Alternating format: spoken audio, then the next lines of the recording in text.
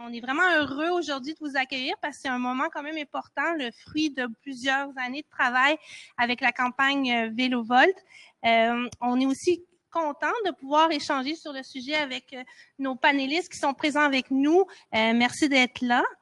Aussi, je voulais avant tout aussi vous dire que cet événement-là, merci à la Maison de développement durable de nous accueillir.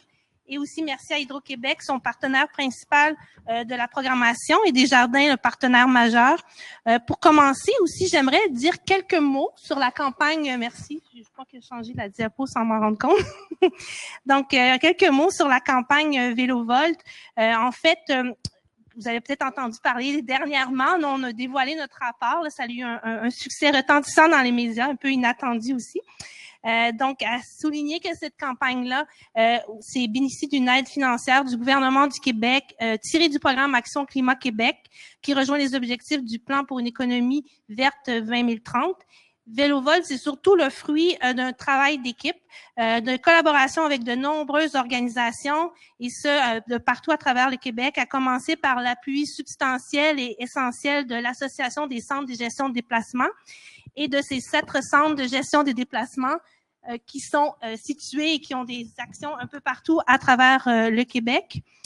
Également, c'est greffé à ça plusieurs autres partenaires importants, le volet recherche qui a été piloté de main de maître par la chaire mobilité de Polytechnique Montréal. Merci aussi à CAA pour les services de dépannage pour nos essayistes durant la campagne.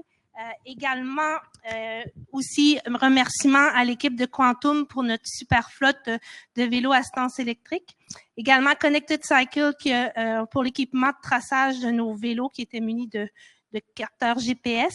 Et aussi, merci à notre collaborateur expert Vélo Québec, dont plusieurs sont aussi présents aujourd'hui.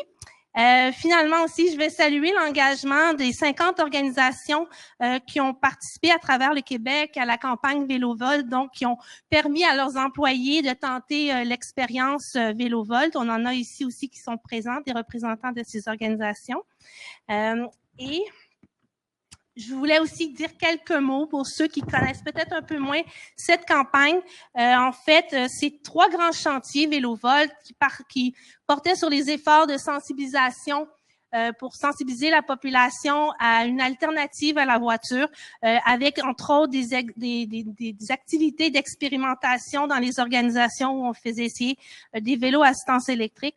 On a aussi un volet important de recherche, comme je vous disais, qui a été piloté par la chaire mobilité, donc pour justement mesurer la place que le vélo à assistance électrique peut occuper dans le cocktail transport et voir sa complémentarité aussi avec les autres modes. Et il y avait finalement un volet de mise en place des mesures, en fait, travailler sur les environnements qui vont faciliter la pratique du vélo à assistance électrique. Donc, tous ces éléments-là, c'est un peu l'essence de notre événement aujourd'hui. Donc, c'est de vous présenter des résultats du rapport de recherche, mais également des recommandations, et donc de voir qu'est-ce qu'on peut mettre en place, faciliter un environnement qui va encourager la pratique du vélo et du vélo à assistance électrique. Donc, voilà. J'avais un dernier petit point, donc je l'ai dit. Donc, on va débuter en fait par l'intervention de mon collègue Henri Chevalier, qui est conseiller en mobilité à Équiterre, qui va présenter les faits saillants de cette étude de notre rapport. Puis ensuite, on va enchaîner avec le panel d'experts. Donc, Anne-Catherine Pilon, qui est notre analyste en mobilité à Équiterre, qui va animer ce panel-là. Puis on va terminer vers 17h. Puis je vous invite vraiment à demeurer avec nous pour pouvoir échanger avec il y a plusieurs gens experts, acteurs de la mobilité au Québec qui sont ici présents avec nous. Il y a aussi des gens qui sont en ligne présentement, donc on va aussi prendre des questions à la fin de ce panel-là. Et donc, voilà, je vais laisser la place à Henri. Merci.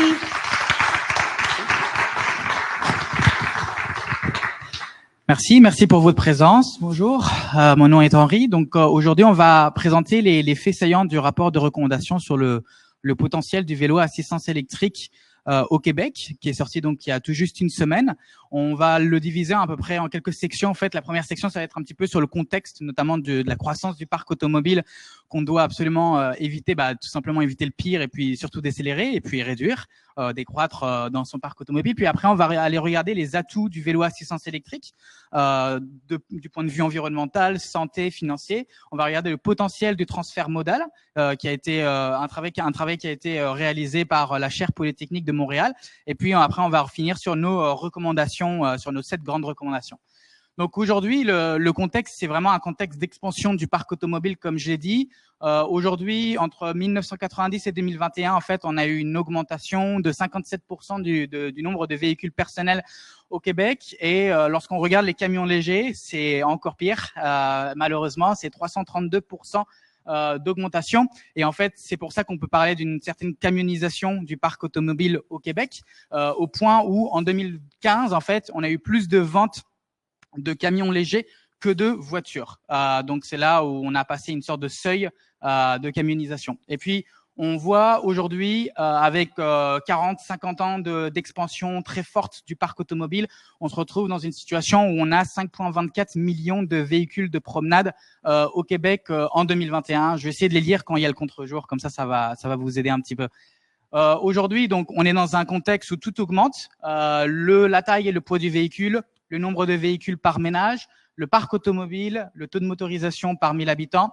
Et ça, c'est assez problématique quand on voit que le transport routier est quand même un petit peu notre talon d'Achille au Québec, parce qu'il représente 34% des émissions totales de gaz à effet de serre.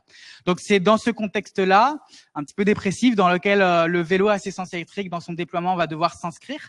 Et puis aujourd'hui, on va vous présenter quelques atouts du vélo assistance électrique. Donc, par définition, le vélo assistance électrique, c'est un vélo électrique dont le moteur, en fait, permet, dont l'utilisation du moteur est vraiment pour l'assistance au pédalage. Et aujourd'hui, le vélo assistance électrique présente énormément d'atouts, que ce soit environnementaux, santé, sociaux, financiers, économiques en général. On va regarder, par exemple, un des premiers avantages environnementaux qui est nécessaire face à la crise climatique, qui est la réduction de gaz à effet de serre.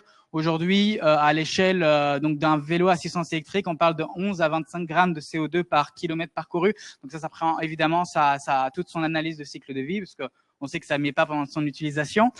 Et puis quand on le compare en fait à l'autobus thermique, on parle autour de 100 grammes de CO2 par kilomètre parcouru. Et puis si on regarde le pire, on va dire du pire, c'est pas l'avion là, mais c'est le véhicule à essence qui est environ 250 grammes de CO2 par kilomètre parcouru. Donc on voit que c'est vraiment entre 10 et 20 fois plus que le vélo à assistance électrique dans son analyse de cycle de vie. Et lorsqu'on regarde en fait le vélo assistance électrique comme déploiement massif à l'échelle mondiale, il y a une étude qui est sortie il y a pas très longtemps, en 2020, bon il y a déjà 4 ans, mais qui a fait une modélisation des émissions de gaz à effet de serre à l'échelle mondiale selon différents scénarios. Ils ont regardé un scénario où on remplaçait littéralement un véhicule thermique par un véhicule électrique, puis ils ont regardé aussi qu'est-ce que ça joue quand on commence à déployer massivement du vélo à assistance électrique, et notamment dans un autre scénario où il y a une réduction de la demande des transports. On voit que d'ici 2050, si on arrive à remplacer une voiture thermique par un véhicule électrique, on a 15% de moins de GES émis dans le secteur du transport à l'échelle mondiale d'ici 2050. Donc c'est une étude, je pourrais la donner si vous la voulez, elle est vraiment pas mal, c'est de Blas et al. Et lorsqu'on regarde voiture thermique vers véhicule électrique et vélo à assistance électrique, on parle de 30% de réduction de gaz à effet de serre d'ici 2050. Donc, c'est pas encore là où on voudrait être. Et donc, quand on regarde de manière plus intéressante, voiture thermique vers du véhicule électrique plus vélo à assistance électrique, plus une réduction de la demande du transport, donc généralisation par exemple du télétravail, tout simplement baisse du trafic aérien. Bon, il y a plein de facteurs qui rentrent en jeu aussi.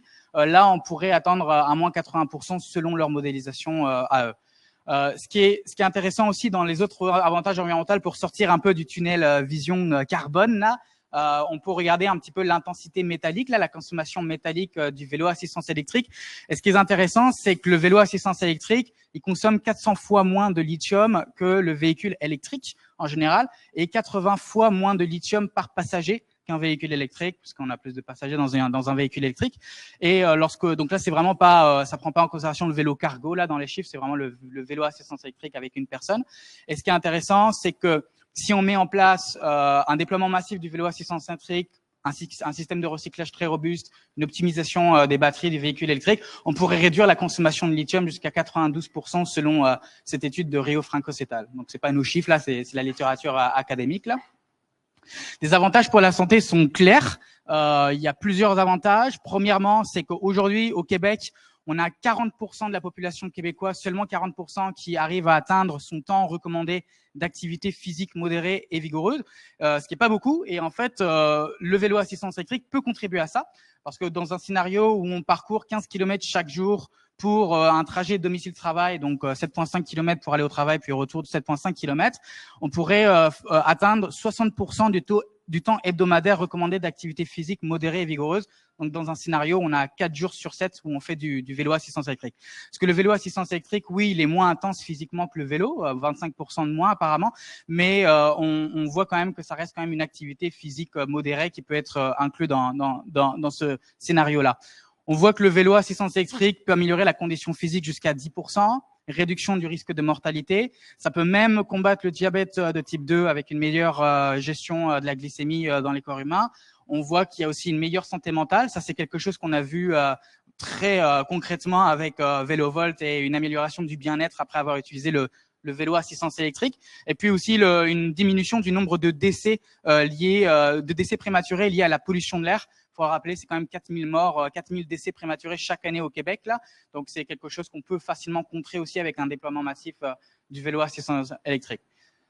Avantages financiers, ils sont clairs et nets, surtout au niveau des économies, au niveau du poste de dépense des transports chez les ménages québécois. Notamment, on dépense à peu près $10 000, $10 500 par année là au niveau des transports. Et ben quand on compare le vélo assistance électrique, la voiture compacte, le VUS hybride, c'est clair et net. L'impact est énorme. Le vélo assistance électrique, c'est $1 881. La voiture compacte, c'est $9 000. Et je vais essayer de deviner ce que je vois pas le chiffre, mais le VUS, je pense que c'est autour de $11 000. Et lorsqu'on regarde en fait un scénario où un ménage arrive à délaisser sa voiture et remplacer ça par un vélo assistance électrique et du transport public, et qui avait fait quelques calculs, on voyait qu'on pouvait facilement économiser $7 000 par année. Et sur 7 ans, qui est le coût d'amortissement de la voiture, là, dans ce scénario-là, c'était $50 000. Donc ça, c'est vraiment les coûts qui prennent tout, coût d'acquisition, coût d'assurance, coût d'entretien, pour faire un calcul un peu plus précis. Les avantages financiers à l'échelle de la société sont aussi très puissants. On réduit les coûts liés à la congestion routière, hein, c'est quand même assez gros, c'est des milliards de dollars chaque année dans la région de Grand Montréal. On voit que en termes d'emplois qui sont générés, on voit qu'il y a plus d'emplois qui sont générés parce que une route avec une voie cyclable, ça génère 47% plus d'emplois dans la conception et la construction de la voie cyclable qu'une route sans voie cyclable. Ça, c'est un chiffre de Vélo Québec. Et puis, les infrastructures pour le vélo coûtent 140 fois moins cher qu'une infrastructure propre au réseau routier pour les automobiles. Les gains qui sont évidents, c'est que le vélo assistance électrique ou le vélo en général permet de avoir un impact littéralement positif. On ramène plus de 16 ou 18 cents, que là je vois pas encore le chiffre, à la société. Et puis la voiture, en fait, elle a plutôt un coût négatif. On parle plutôt de 16 cents par kilomètre parcouru par voiture qui sont négatifs envers la société.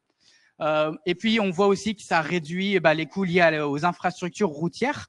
Ça, c'est intéressant, surtout quand on a un déficit d'entretien, là, de $10 milliards dans le réseau routier québécois.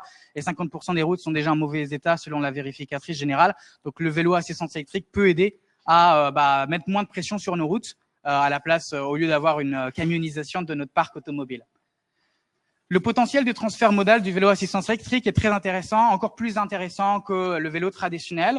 Et il y a plusieurs arguments pour ça. Plutôt une réalité en fait, c'est qu'il y a plus grande vitesse. Le vélo assistance électrique est 21 à 38% plus rapide que le vélo traditionnel. On voit que c'est plus facile et il y a moins de montées. Notamment, il y a une étude qui disait qu'il y a 45% des utilisateurs qui prennent des itinéraires différents parce que en raison de la capacité au vélo assistance électrique à surmonter les montées. Et puis, on voit que il y a une plus grande distance qui peut être parcourue, 9 à 22% plus de distance parcourue selon ces études. Et une autre, c'est qu'on a un gain de temps. Donc ça, c'est le travail qui a été fait par la chaire mobilité Polytechnique de Montréal, où quand on passe du vélo au vélos à assistance électrique, on parle de, je pense que c'était autour de 20%, 25% plus compétitif en termes de temps. Il va falloir que je ressorte la slide pour être honnête. Et du vélo à assistance électrique au transport collectif, et ben là c'est 89% moins compétitif, dans le sens où le transport collectif est en fait moins compétitif que le vélo à assistance électrique dans la région de Grand Montréal, selon les calculs de la chaire Polytechnique de Montréal. Lorsqu'on regarde, parce qu'on a parlé j'ai beaucoup dit le déploiement massif du vélo à assistance électrique, mais qu'est-ce que ça veut vraiment dire? On a donc la chaire Polytechnique de Montréal, il y a Jean-Simon avec nous, donc il pourra rentrer encore plus dans les détails s'il le veut. En fait, on parle d'un déplacement de jusqu'à 25% des déplacements parcourus en auto qui peuvent être transférés vers le vélo à assistance électrique dans le Grand Montréal. Donc c'est un peu le chiffre qui a beaucoup été repris là par les médias la dernière semaine, si vous avez un petit peu suivi. Et en fait, en termes de kilomètres parcourus, on parle de 7 kilomètres au total. Donc ça, c'est vraiment propre à la région du Grand Montréal. Quand on voit ça, on voit la crise climatique, on voit la consommation métallique qui ne fait que augmenter, on voit tout le potentiel du vélo à assistance électrique, tous les avantages aussi au niveau économique, santé, et évidemment notre travail d'expérimentation avec VéloVolt. On s'est dit, il va falloir qu'on fasse des recommandations pour essayer de accélérer le déploiement du vélo à assistance électrique. Donc on en a fait 7 grandes recommandations. Au total, il y en a 24 sous-recommandations. Je vais pas les passer une par une, vous inquiétez pas, je vais vous épargner cette grande douleur. Mais on va essayer de regarder une sous-recommandation par grande recommandation pour que vous ayez une idée. Donc par exemple, la première recommandation qu'on a proposée, c'était développer les services de vélo assistance électrique en libre service et de location à longue durée, et la mise en commun de parcs de vélos. Donc, une de nos 5 sous-recommandations, parce qu'on en avait 5 de sous-recommandations, une de nos 5 sous-recommandations, c'est mettre en place des parcs de vélos assistance électrique de location à longue durée par les sociétés de transport en commun. Alors, les avantages, c'est que ça permet aux ménages de bénéficier d'un vélo à assistance électrique à très bas coût. Puis, je vais vous donner un exemple pourquoi. Il y a une variété de contrats de location. On peut louer le vélo à assistance électrique pendant 6 mois, ce qui peut peut-être être parfait pour la saisonnalité hivernale de la pratique du vélo. Et puis, c'est aussi une nouvelle source de revenus pour les sociétés de transport en commun, comme l'a montré, par exemple, l'autorité qui a organisé Véligo Location Île-de-France Mobilité, qui a vu une nouvelle source de revenus. Puis on met ça en avant parce qu'on est dans une situation où il y a quand même un manque de financement au niveau des sociétés de transport. Donc l'idée, c'est pas de rajouter une autre pression sur les sociétés de transport, mais plutôt de voir si on peut aussi diversifier leurs sources de revenus. Donc Véligo Location, c'est un service de location de vélo assistance électrique qui a été mis en place dans la région de l'Île-de-France. Ça a séduit déjà 90 000 résidents là-bas dans la région. Et en fait, c'est vraiment à bas coût parce qu'on parle de 40 € par mois pour vélo assistance électrique jusqu'à 9 mois. Et pour les vélos, le VAE Cargo, là, on peut parler de jusqu'à 3 mois et c'est 80 € par mois pour louer. Donc, on voit que c'est vraiment intéressant. Une autre recommandation qu'on a proposée, puis ça, c'était vraiment en lien avec VéloVolt, c'était vraiment favoriser la pratique du vélo assistance électrique dans les organisations. Notamment, une de nos 3 sous-recommandations, c'est augmenter les aménagements pour cyclistes dans les organisations. Donc, surtout des aménagements à destination, casier, douche, stationnement sécuritaire, par exemple. Et on sait très bien, les stationnements sécuritaires, c'est encore plus essentiel avec un vélo assistance électrique, notamment à cause du coût financier. C'est compliqué de laisser son vélo comme ça, son VAE comme ça dans la rue. Donc, on recommande en fait de reconduire plusieurs programmes propres au gouvernement provincial. Bonjour. Reconduire le programme d'aide financière aux entreprises en matière d'activité physique, le programme PAFEMAP, renouveler et bonifier le programme d'aide aux nouvelles mobilités. Et puis, en fait, tout ça, ça permettra d'avoir une véritable incitation infrastructurelle à l'adoption du vélo en termes d'aménagement à destination, parce qu'il y a d'autres infrastructures, évidemment, notamment les voies cyclables. Un cas inspirant, je ne sais pas s'ils sont là, mais s'ils sont là, tant mieux. Vélo Transit et Mobéo, ils font des abris à vélo sécuritaires et efficaces en milieu urbain. Ça permet vraiment de protéger contre le vol, le vandalisme, les conditions climatiques. Et ce qui est encore plus intéressant, c'est qu'ils ont des prises, ils ont fait des prises électriques pour charger les vélos assistance électrique également. Donc il y a quand même de l'infrastructure qui existe, mais il suffit d'avoir la volonté politique pour déployer ça de manière massive, que ce soit dans les organisations, dans les résidences ou dans les espaces publics. Une autre recommandation, c'était mettre en place des incitatifs financiers visant l'achat et la location de vélos assistance électrique et la conversion de vélos, financés par un système de redevance remise. Donc, on a pensé à 3 types de subventions qu'on pourrait mettre en place. une subvention pour le remplacement d'un véhicule à combustion interne par un vélo à assistance électrique, donc sous condition. Le deuxième, c'était subvention pour la location longue durée de vélos à assistance électrique. Et la troisième, c'était subvention pour la conversion électrique d'un vélo mécanique. Je vais vous expliquer un petit peu, on va se mettre dans la situation de Marie-Josée. Marie-Josée est perplexe par rapport à son vélo à assistance électrique et surtout la capacité du vélo à assistance électrique à remplacer l'auto, notamment pour des trajets utilisateurs fréquents, parce qu'elle utilise beaucoup la voiture pour aller au travail ou pour aller chercher les enfants ou pour faire de l'épicerie. Et en fait, elle se rend compte qu'il y a une subvention à la location de longue durée de VAE qui a été offerte par le gouvernement québécois. Impressionnant. Et donc, du coup, là, on se retrouve dans une situation où elle peut louer le vélo à assistance électrique pendant 3 ans, la durée par exemple de cette subvention-là.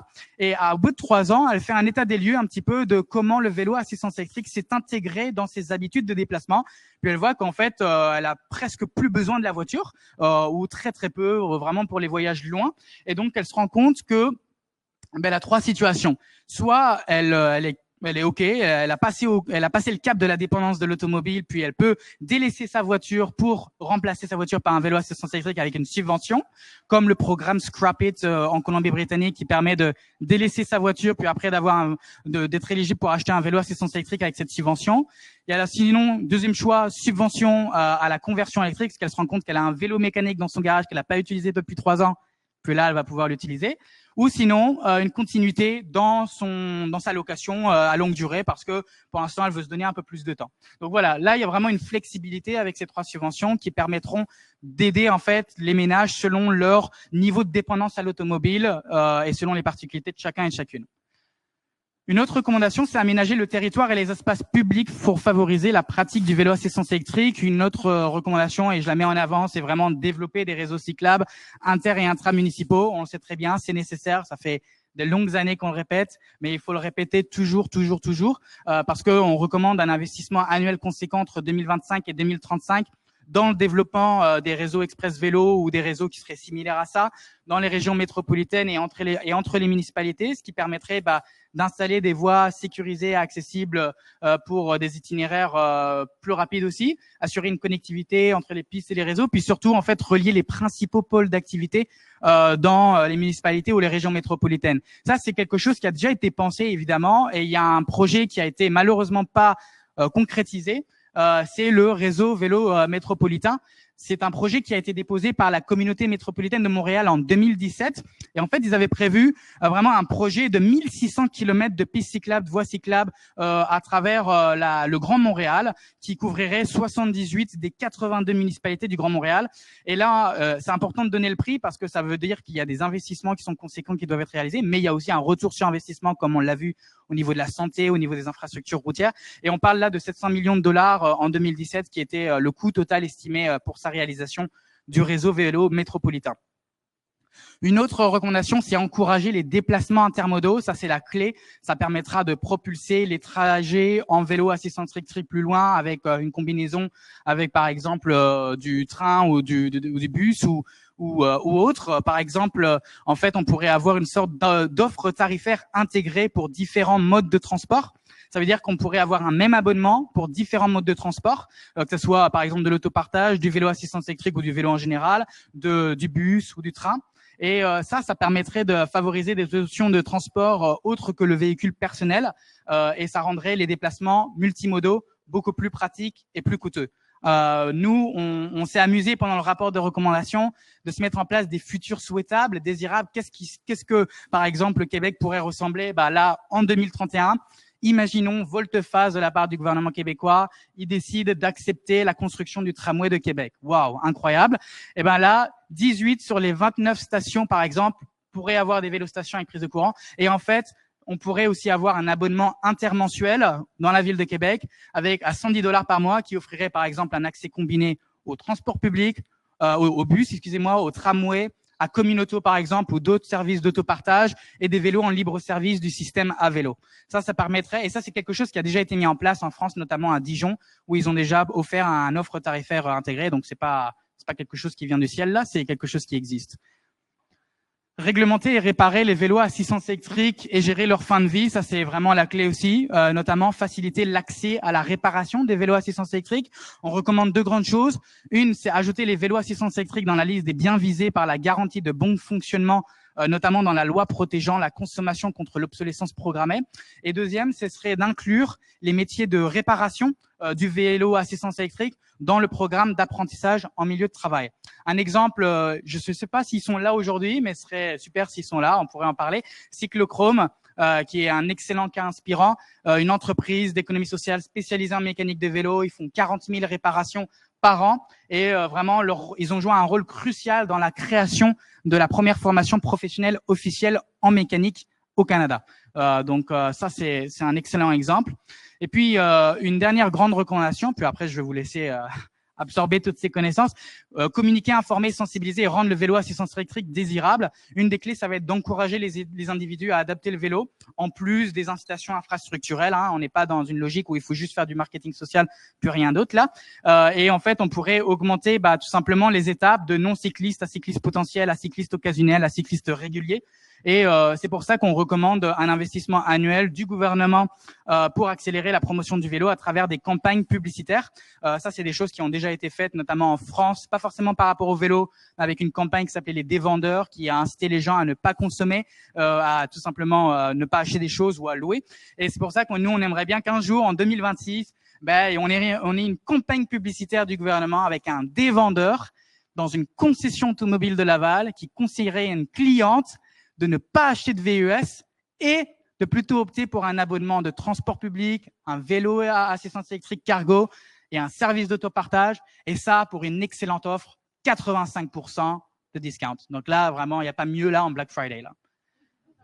Donc, en termes d'approche holistique, en fait, on voit qu'il faut vraiment avoir une panoplie de mesures, que ce soit de l'infrastructure, que ce soit de l'incitatif financier, que ce soit des stationnements sécuritaires, des pistes cyclables, de l'accès à la réparation. Et c'est pour ça qu'on essaie vraiment de pousser pour cette panoplie de recommandations. Alors, c'est pas forcément toutes les 24 qu'on doit mettre demain, mais au moins essayer de viser une recommandation peut-être par ces 7 recommandations. Et puis, si on veut le voir de manière encore plus holistique, l'automobile, tout le travail qu'on fait avec renversant la tendance par rapport à la camionisation du parc automobile, va falloir réduire les publicités au niveau de l'automobile. Bon, ça c'est un autre sujet, mais voilà. Donc c'est à peu près toute cette approche holistique qu'on devrait avoir. Donc pour moi, ça termine de mon côté. Et puis je vais donner la parole à ma chère collègue Anne-Catherine Pilon, analyste en mobilité durable, pour mener ce magnifique panel avec ces magnifiques personnes. Merci.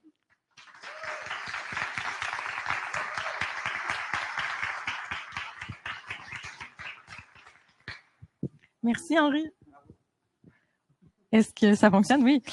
Merci à toutes et tous d'être présents et présentes cet après-midi. Merci Henri pour l'excellente présentation du rapport de recommandation auquel j'ai eu l'immense chance de contribuer. Alors, je vais inviter mes panélistes. Oui, je vais me déplacer. Je serai pas aussi drôle qu'Henri, là, ça va être décevant. Mais alors, je vais inviter les panélistes à me joindre sur le palier. Jean-Simon Bourdeau de la chaire Polytechnique, de la chaire Mobilité de Polytechnique Montréal, Magali Bebron, directrice des programmes chez Vélo Québec, Myriam Goulet de chez MOBA et puis Isabelle Jobin de l'Institut universitaire de cardiologie et de pneumologie du Québec.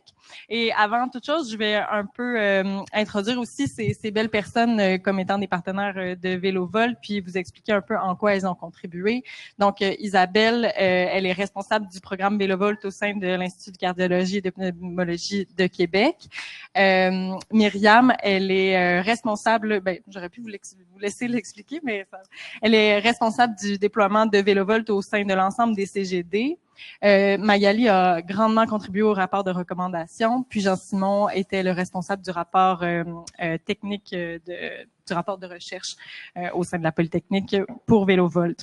Donc, merci beaucoup d'être présent et présente cet après-midi pour discuter du rapport. L'objectif de ce panel-là, en fait, c'était de faire atterrir nos recommandations auprès de vous, auprès des acteurs et actrices pour un peu voir en quoi ça fait du sens, avoir vos réactions, en discuter. C'est vraiment le lancement d'un dialogue sur l'utilisation du vélo à assistance électrique, un déploiement massif, comme a dit Henri. Donc voilà. Puis, comme Henri l'a expliqué, il a parlé un peu de l'approche holistique. Nous, chez ICTA, c'est sûr qu'on prône beaucoup l'approche réduire, transférer, améliorer. On considère bien sûr que les vélos à assistance électrique, c'est dans une perspective de réduire, de transférer, les déplacements. On doit toujours viser à les éviter, à les réduire dans la plus grande mesure possible. Mais ceux qu'on ne peut pas éviter, pourquoi ne pas viser à les faire en vélo à assistance électrique plutôt qu'en véhicule et surtout en véhicule individuel. Donc, ma première question pour vous, puis c'est informel. On va se sentir un peu comme dans notre salon parce que c'est un sujet qui est assez peu polarisant, assez positif. Fait que j'ai envie qu'on reparte avec cet esprit-là aussi. Henri nous a parlé du potentiel de transfert modal. Puis j'aimerais t'entendre un peu, Jean-Simon, sur en quoi, en fait, le vélo à assistance électrique est une porte d'entrée dans la mobilité active, tu sais, comment le potentiel de transfert modal, vous l'avez mesuré, finalement, pour le rapport? Oui. Vous m'entendez? C'est bon, vous m'entendez bien? Oui. OK. En fait, pour le potentiel du vélo à assistance électrique, on a utilisé le potentiel du vélo qui est, qui a été développé à la Chambre mobilité de Polytechnique, qui a notamment été repris dans l'État du vélo 2020 par Vélo Québec.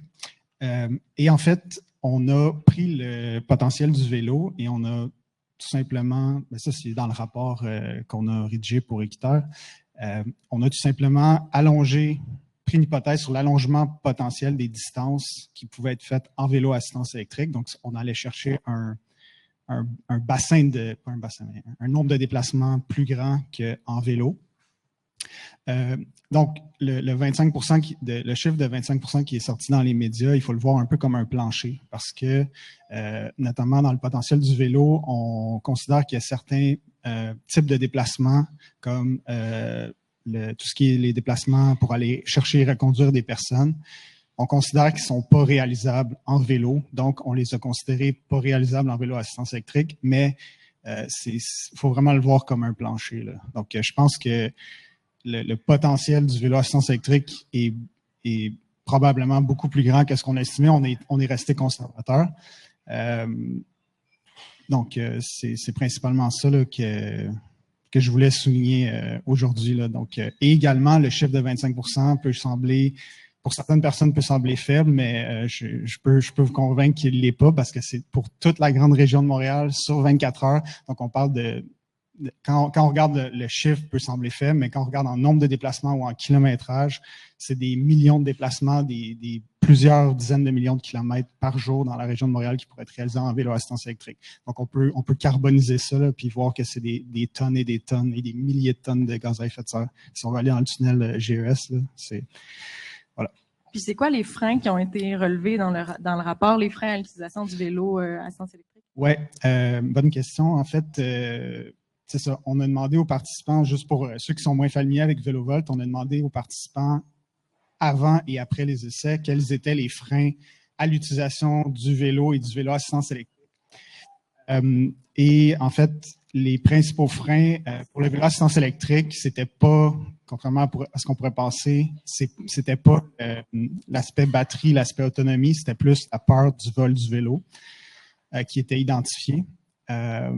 Alors que pour le vélo classique, c'était les freins qu'on connaît, donc l'effort physique, la difficulté à monter des pentes, etc. Donc, c'était pas exactement les mêmes freins entre le vélo et le vélo à assistance électrique. Puis, il y avait une évolution aussi avant et après les essais des freins là, qui étaient identifiés par les personnes. Il y avait un autre frein, je pense aussi, qui était par rapport au transport des enfants vers la garderie, vers l'école. Magali, voudrais-tu nous en dire un peu plus sur le potentiel du... Oui, parce que je trouve intéressant quand on parle du du montant plancher ou de la proportion plancher, ce qu'il faut voir aussi, c'est qu'électrifier un vélo cargo, ça vient le rendre accessible à beaucoup plus de gens. Donc, le vélo cargo, le véhicule familial par excellence, qui nous permet de transporter 1, 2, 3 enfants, faire l'épicerie, transporter tout notre stock. Ben avant, c'était un peu limité au fort de mollets, là. Tu avais des gros mollets quand il fallait que tu transportes tout ça à la force musculaire. Avec l'électrification, on est en train de rendre le vélo accessible à monsieur, madame, tout le monde qui sait pédaler. Donc, c'est là où tous ces trajets-là où on dit, à partir du moment où on a quelqu'un à transporter, c'est pas un trajet faisable à vélo. Avec l'électrification du vélo cargo, on vient d'augmenter tout ce potentiel-là. Donc, c'est vraiment ça qui est fascinant et encourageant. Quand on parle de transférer, on peut souvent voir le vélo à assistance électrique comme le bon outil pour transférer certains trajets, de faire une grande proportion de nos trajets à vélo. Avec le vélo cargo, on est vraiment en train de dire qu'on peut quasiment remplacer un véhicule familial par un vélo cargo familial parce que ça vient répondre à une bien plus grande portion des déplacements qu'on a à faire au quotidien. Merci. Puis non seulement, précédemment, Henri a fait les louanges du vélo à assistance électrique, puis je pense qu'on va continuer dans ce sens-là. Mais d'entrée de jeu, j'aimerais aussi qu'on parle, qu'on adresse l'éléphant dans la pièce. Est-ce qu'il y a des angles morts au vélo à assistance électrique? Est-ce qu'il y a des choses qu'on doit considérer? Est-ce qu'il y a des inconvénients qu'on doit garder dans notre mire là, quand même? Magali, je serais curieuse de t'entendre. C'est certain que si je regarde pratico-pratique, là, en ce moment, on a un problème de réglementation au Québec. On a beaucoup de problèmes de cohabitation, de gens qui trouvent que ça se passe pas bien avec les vélos à assistance électrique parce qu'on a mis n'importe quoi dans cette catégorie-là, où on a laissé, en fait, des loopholes qui permettent de considérer comme des vélos à assistance électrique des engins qui n'en sont absolument pas. On a des scooters électriques, des motocyclettes électriques, des choses comme ça, où les fabricants ont vraiment joué avec la définition fédérale de ce qu'était un vélo à assistance électrique, puis on se ramasse avec ça sur les pistes cyclables. Puis il faut pas négliger le sentiment d'insécurité que ça peut créer pour les usagers, je veux dire traditionnels des voies cyclables. On veut pas que le développement du VAE se fasse au détriment du vélo normal, puis de nos usagers normaux, y compris tous les petits qu'on a vus là, et puis qui pourraient se déplacer de façon autonome sur des voies cyclables. Ça va être important de bien gérer l'aspect sécurité, de bien mettre le curseur dans quel type de vélo on autorise et on encourage pour aller vers des vélos qui, oui, ont des avantages et un minimum d'impact négatif sur la sécurité et le sentiment de sécurité des autres usagers, par exemple. Puis un autre angle mort, c'est l'utilisation les batteries qui sont nécessaires à l'utilisation des vélos à assistance électrique. Mais je pense qu'on l'a bien contextualisé tantôt que les proportions sont quand même infimes là, quand on pense quand on met dans la perspective que ce serait un remplacement d'un véhicule familial. Là. Donc, merci pour cette autre réponse. Puis j'ai une autre question pour toi, puis ensuite je vous ai pas oublié.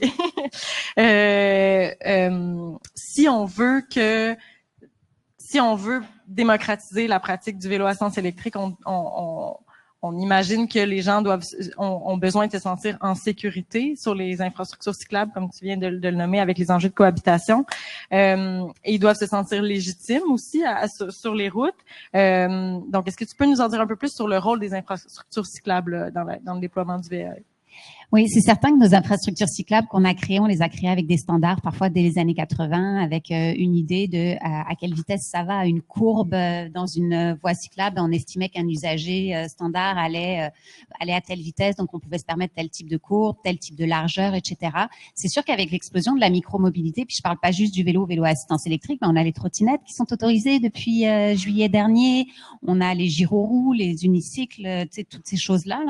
C'est certain que la réponse, il va falloir que les pouvoirs publics prennent acte de cette réalité-là et réalisent qu'on doit se rendre dans une nouvelle génération d'infrastructures cyclables, des infrastructures qui sont larges, qui permettent la cohabitation d'usagers à des vitesses qui vont être différentes.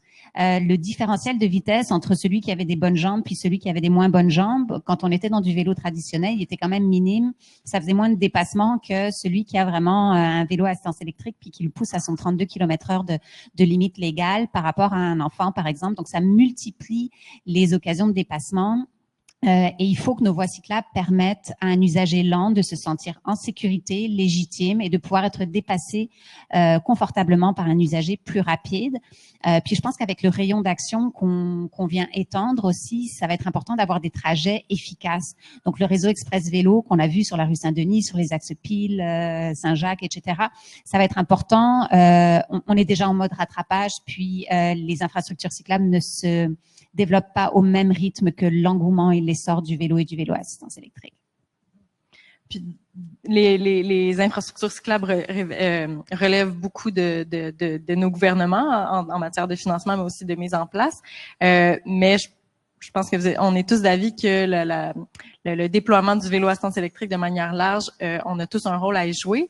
Puis maintenant, j'aimerais qu'on parle un peu plus du rôle des organisations qui, bien sûr, doivent être soutenues par le gouvernement en matière financière, là. Mais je suis super contente de vous avoir aussi justement cet après-midi pour voir comment ça atterrit justement le vélo à assistance électrique dans les organisations. Donc, est-ce que Isabelle, tu voudrais nous parler un peu du rôle des organisations dans le déploiement? Oui, certainement. Dans le fond, c'est sûr qu'en tant qu'organisation, on se questionne rarement à offrir des stationnements pour les automobiles. Donc, si on suit cette logique-là, ça serait tout à fait pertinent aussi d'offrir des stationnements pour les vélos électriques. Les infrastructures, en fait, c'est vraiment indispensable pour la pratique du vélo parce que ça va vraiment être un frein à ce que les gens utilisent ce mode de transport-là pour se rendre au travail. Donc, on observe aussi quand même un différentiel dépendamment du coût qui a été investi pour l'acquisition des vélos. Donc, de notre côté, on trouve que c'est vraiment important d'offrir comme 3 gammes, je dirais, de stationnement à vélo. D'une part, des supports qui sont réguliers, là, donc des supports en acier fixés au sol qui sont à l'air libre, pas nécessairement protégés des intempéries, quoi que ce soit, à proximité des entrées. Tout ça va répondre aux besoins des employés qui n'ont pas nécessairement d'inquiétude particulière pour laisser leur vélo là sans qu'il y ait nécessairement de surveillance. Mais d'une part, il y en a qui ont vraiment investi des fois plusieurs milliers de dollars là, dans leur vélo, vélo assistance électrique ou même vélo de route, des fois plus léger, plus dispendieux. Donc, eux, ils nous disent c'est certain que je prends pas mon vélo si j'ai pas un casier individuel ou que personne d'autre va avoir accès. Donc, on s'est assuré en tant qu'employeur d'offrir des espaces vraiment fermés, donc des grands boîtiers, des casiers où on peut déposer des vélos, puis il y a juste l'employé en question qui a la clé. Ça, c'est des choses que vous avez fait, là. Oui, absolument, c'est ça. Et on a plusieurs projets aussi qui sont en cours, là, mais pour ce qui est des casiers support réguliers sur l'ensemble de notre terrain, en effet, là, c'est déjà complété. Puis on a aussi l'intermédiaire. C'est sûr que côté investissement et offre, ça peut être quand même intéressant, un parc à vélo ou un enclos en soi où on peut entreposer une plus grande quantité de vélos en même temps. Puis c'est quand même sécurisé avec une clé, donc seulement les personnes qui ont demandé l'accès vont pouvoir l'utiliser, puis avec une surveillance par caméra. Nous, actuellement, c'est vraiment juste avec des clôtures de chantier, un cadenas, mais on a un projet en cours pour rendre ça plus permanent, plus solide, là, avec aussi des branchements pour les vélos à assistance électrique, parce que c'est important de pas nécessairement les rentrer dans l'établissement, là, vraiment les laisser dans les emplacements faits pour ça. Puis également, pour les vélos, on a aussi un partenariat avec le Capital Mobilité pour une flotte de vélos à assistance électrique en vélo partage.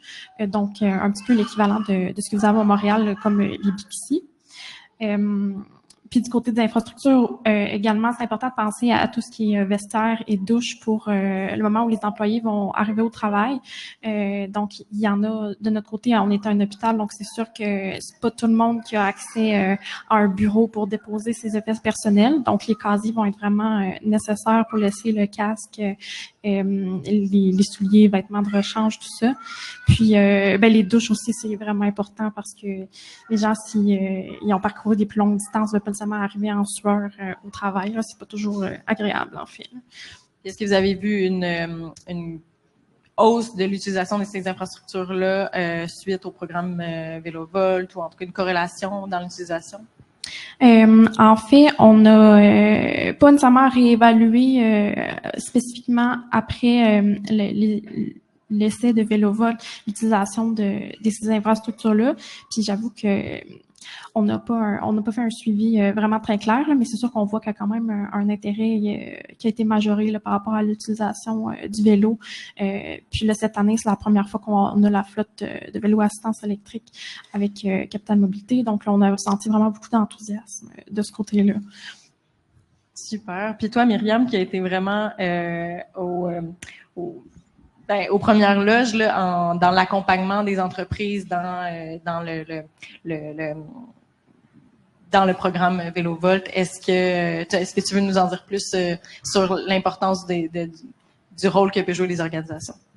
Oui, en fait, il y a le rôle des entreprises, puis je suis contente de t'entendre parler de tout ce que vous avez mis en place, c'est vraiment intéressant. Puis tu as mis plus que ça, plus que juste des infrastructures en place, fait que ça me fait sourire, puis sûrement que ça fait sourire l'ensemble de mes collègues dans la salle des centres de gestion des déplacements parce que c'est exactement ça qu'on veut faire avec ces entreprises en tant qu'experts en mobilité, c'est de les amener à penser à pas juste le cycliste ou l'automobiliste, c'est vraiment de penser la mobilité dans son ensemble, puis d'être équitable en fait envers les différents employés, puis comment ils viennent au travail. Tu l'as dit, certainement, c'est super cher. On oublie que c'est très, très cher. Puis, c'est souvent la première chose qu'on va offrir aux employés, en fait, comme avantage au travail. Puis là, ça fait que le message qu'on envoie, c'est, venez en voiture, c'est gratuit. Puis, on a peut-être même plus d'argent, en fait, après pour encourager les autres modes de transport qui sont plus durables. Là, c'est une situation particulière, mais en tant qu'expert CGD, nous, on va suggérer à ce moment-là de mettre en place ce qu'on appelle le parking cash out, puis on s'en parlera dans la période des questions si ça vous intéresse, mais ça encourage en fait les gens à délaisser la place de stationnement, puis ils sont récompensés autrement. Donc ça, c'est un truc, on amène vraiment cette mentalité-là que vous avez apportée aussi à l'hôpital qui est intéressante. Puis c'est sûr que là, on parle d'investissement, mais il y a des grands avantages. En fait, il y a comme un retour sur l'investissement qui est intéressant au niveau des organisations qui mettent de l'avant ces mesures-là. On l'a vu, ça a été testé, ça a été prouvé que juste d'être actif, de venir en mode actif, peu importe lequel, ça va augmenter la motivation au travail, ça va augmenter le présentéisme, ça va augmenter le sentiment même d'appartenance, puis juste le bien-être en général. Fait que tout ça, pour un employeur, c'est extrêmement bon pour le rendement, si on parle juste très business. Il y a aussi la partie où on peut retenir et engager des employés encore plus facilement, parce que c'est un grand enjeu. On fait face à ça maintenant, le manque d'employés ou le manque d'employés de qualité aussi. Puis, troisième aspect du trio, c'est qu'on peut prouver à quel point on a vraiment un intérêt envers la santé de nos employés puis l'environnement en même temps. Bref, tout ça ensemble. Donc, c'est ça. C'est important de voir comme un tout. Puis, les organisations ont vraiment un poids dans le déploiement de tout ce qui est mobilité active, mais je pense qu'il y a aussi tout ce qui est instance publique qui pourrait être un petit peu plus présente également. On a vu avec la présentation d'Henri qu'il y a des sources de financement qui existent. Donc, il y a NOMO, il y a Mobilisation, le PAFMAP, si je ne me trompe pas dans les mots, dans les lettres, sauf qu'ils sont pas super constants. Ils vont partir, ils vont revenir. Les demandes se font des fois rapidement ou bien les exigences sont super élevées. Donc, s'il y avait un peu plus d'aide là-dedans, donc bonifier la constance de ces subventions-là, puis même les montants de ces subventions-là, parce que c'est cher un abri à vélo, puis c'est cher une flotte de vélos et d'assistance électrique. Donc, ça aiderait grandement, je pense, les organisations dans leur rôle à lancer la mobilité durable. Plus de prévisibilité, là. Ça va dans le sens de nos recommandations par rapport à ces programmes-là. Merci, Myriam. Puis, en fait, le programme, la campagne VéloVolt est basée sur l'idée que l'essayer, c'est l'adopter. C'est une idée à laquelle on adhère beaucoup chez Équiterre. Est-ce que tu voudrais m'en dire plus sur, justement, en quoi l'essayer, c'est l'adopter? Tu sais, qu'est-ce que tu as pu constater auprès des organisations comme impact? Oui, il y en a beaucoup. Puis VéloVolt, ça a été une campagne qui a vraiment bien fonctionné. On l'attendait, ce changement de comportement-là, mais on l'a vraiment vu se concrétiser avec les expériences, les témoignages, le sondage que la chaire a fait. Je crois que c'est sous 3 grands critères que ça a vraiment eu un impact. En fait, pas les critères, mais des leviers, en fait. VéloVolt a appliqué ces leviers-là tout au long de sa démarche. Ça fait qu'il y a eu des changements de comportement qui sont vraiment intéressants.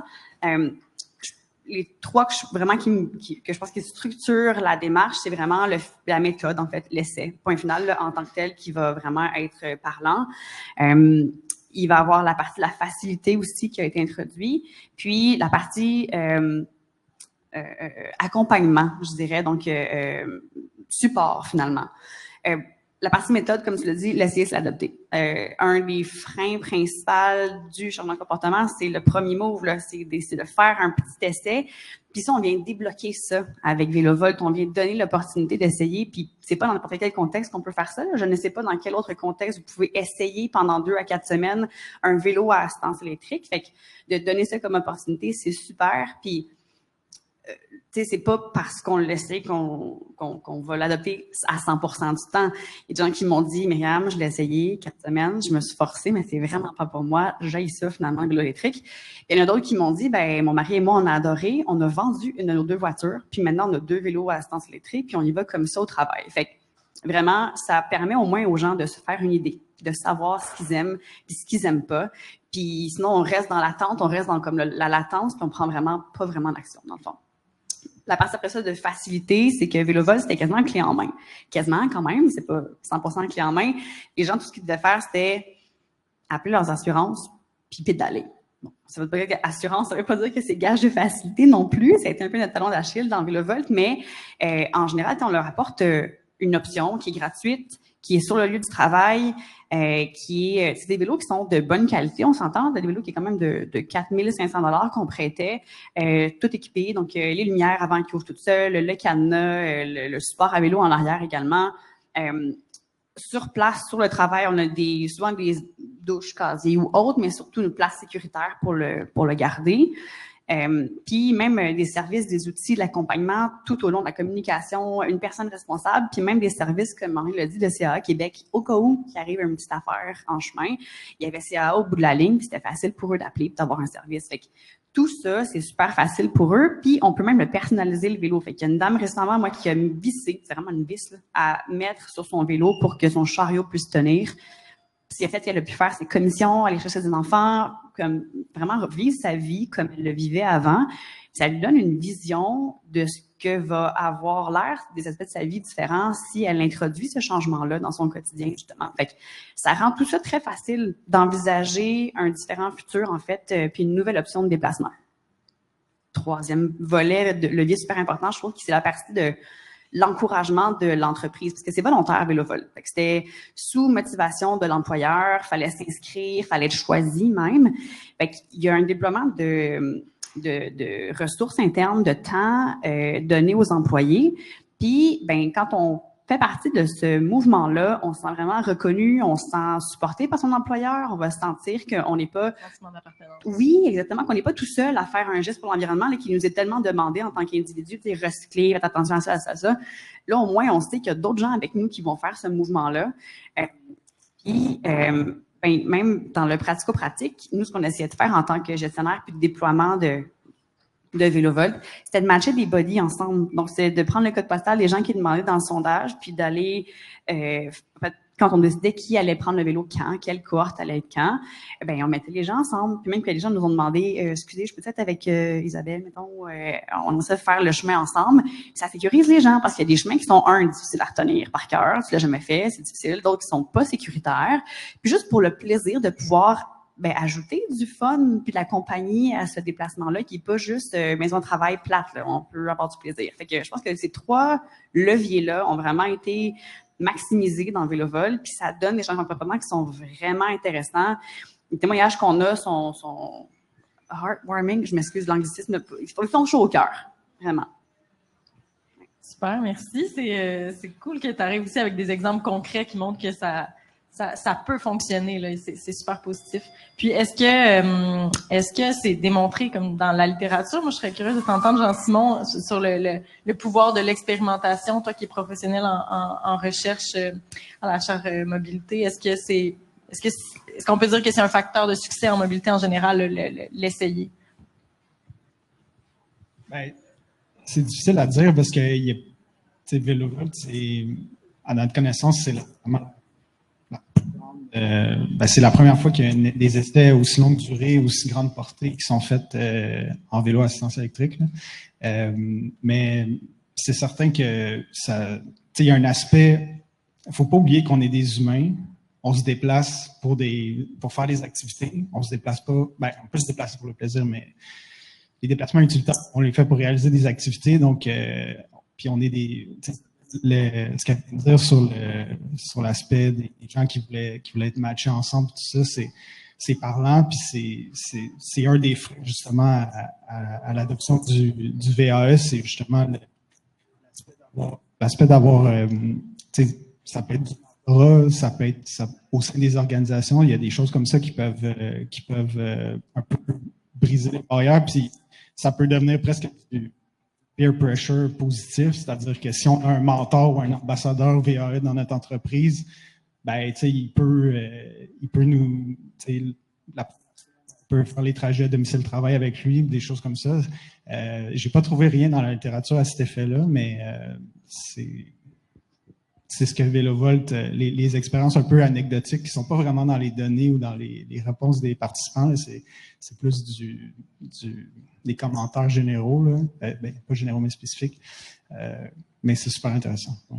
Mais Magali, tu peux constater avec le défi vélo que les gens, le défi du mois de mai, que les gens font l'effort de rouler au mois de mai, puis après ça, ils peuvent poursuivre pendant l'été. C'est intéressant que tu dis ça, mais moi, le projet qui me vient à l'esprit quand on parle de l'importance de l'accompagnement, c'est celui qu'on mène depuis 3 ans chez Vélo-Québec, qui s'appelle Tout à vélo.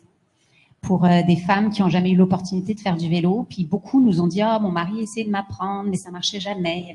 C'est pas le bon accompagnement.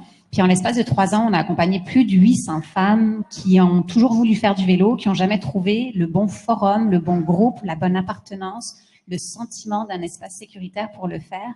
Donc c'est vraiment niaiseux, mais parfois donner un vélo avec quelqu'un, avec bienveillance, l'accompagner, répondre à ses questions. Même aller dans une boutique de vélo, ça peut être super intimidant quand tu connais rien, tu sais pas par où commencer. Il existe 12 modèles différents. Fait que, ça fait partie de l'accompagnement qu'on offre dans ces cohortes-là, d'aller avec elles dans une boutique de vélo. Puis là, elles sont toutes expliquées. Puis le fait qu'elles soient en groupe, qu'elles soient ensemble, sont moins gênées. Il y a moins de stigma aussi parce que le nombre de personnes qui pensent qu'elles sont seules de leur gang, puis que c'est honteux, je suis adulte, je sais pas faire de vélo. Quand tu te rends compte que tu es en train de faire une cohorte avec 30 autres personnes qui sont dans la même situation que toi, ça change tout. Fait qu'on n'a peut-être pas de données de recherche, mais les données empiriques, pour moi, elles parlent très, très fort. Encore le sentiment de communauté, d'appartenance, tout ça. Puis maintenant, si on veut passer de l'essayer à l'adopter, les subventions peuvent nous aider grandement. On en a parlé dans le rapport de recommandation, puis Henri nous a présenté le trio des subventions. Toi, qu'est-ce que tu en penses, Magali? Est-ce qu'il y a une formule de subvention qui serait à privilégier, ou en tout cas, en quoi ça peut aider?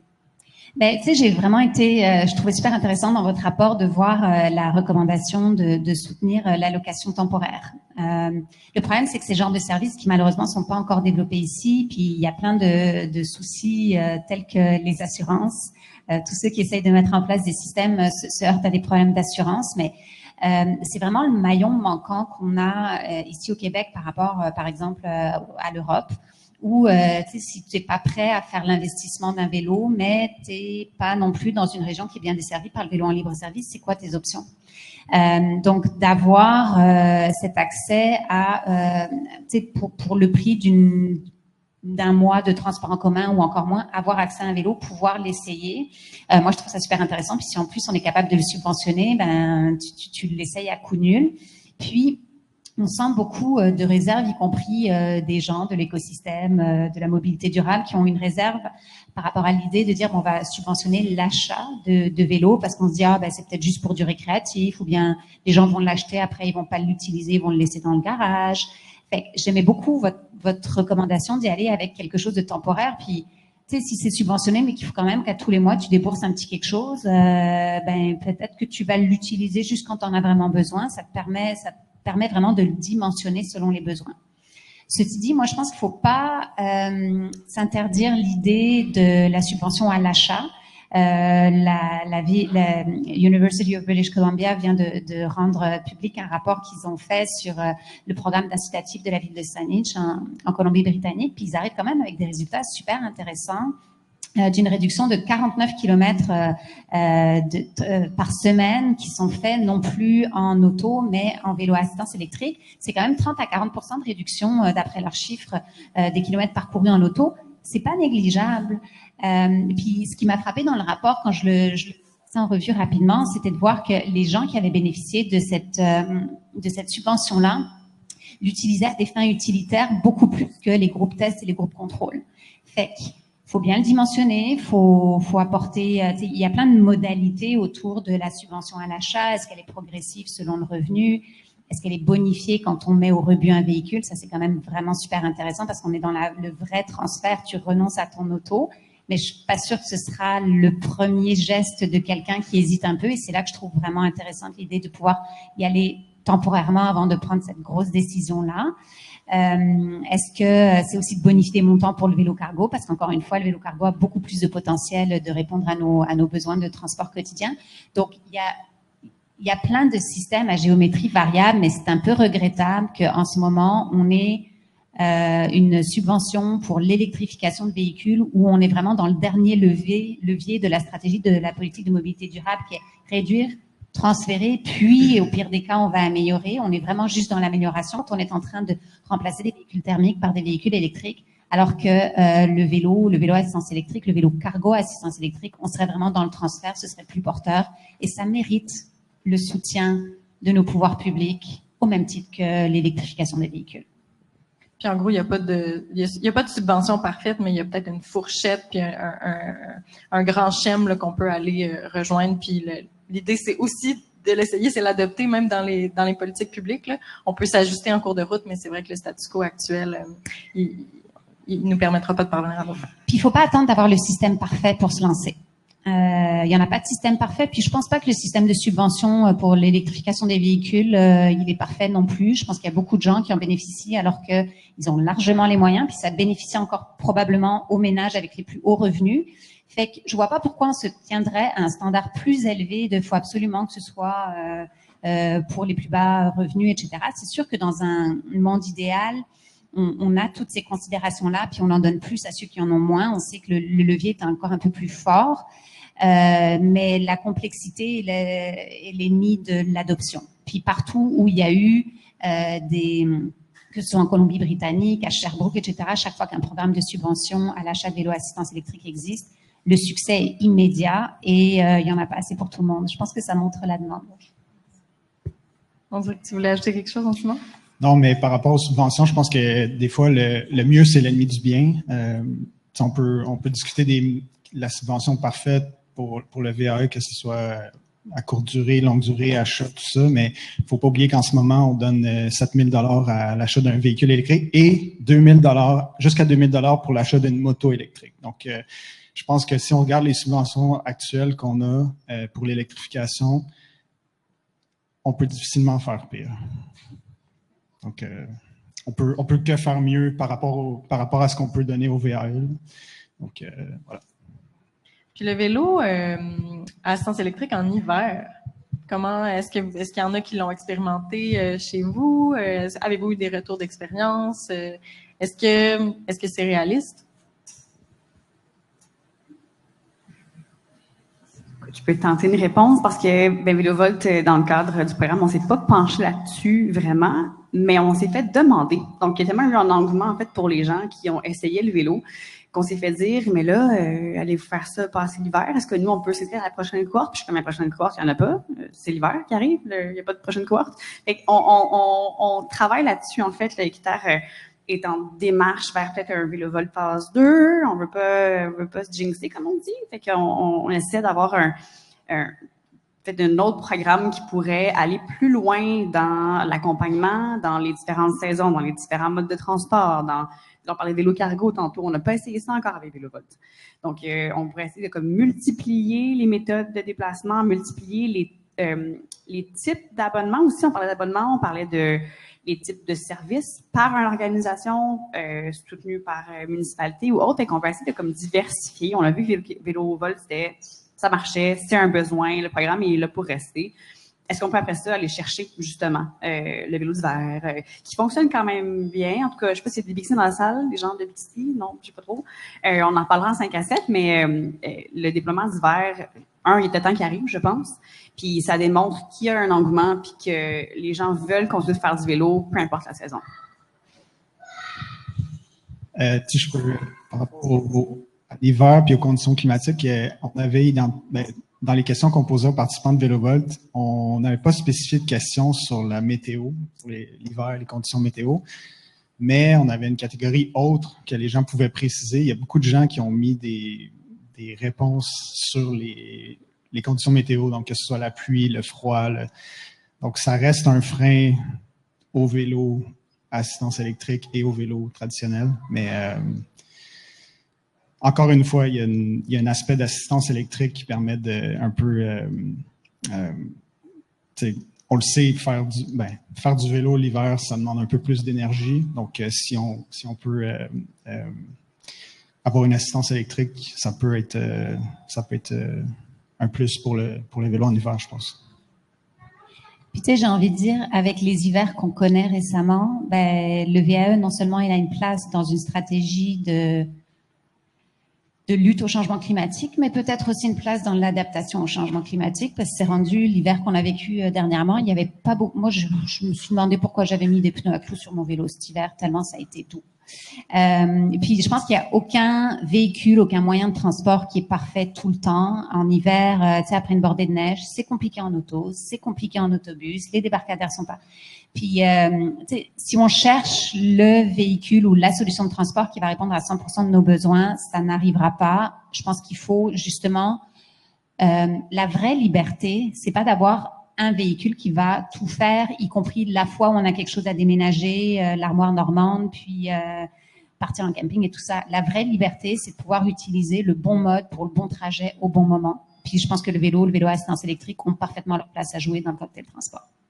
C'est exactement dans ce sens-là que je voulais conclure notre panel. Je pense que le vélo à assistance électrique, c'est un morceau dans le grand casse-tête de la mobilité durable qui est vraiment un casse-tête. Mais l'idée, c'est de voir le verre à moitié plein, puis de voir quel déplacement on peut remplacer, puis d'offrir vraiment une panoplie d'alternatives à l'automobile qui inclut le vélo à assistance électrique pour certains déplacements.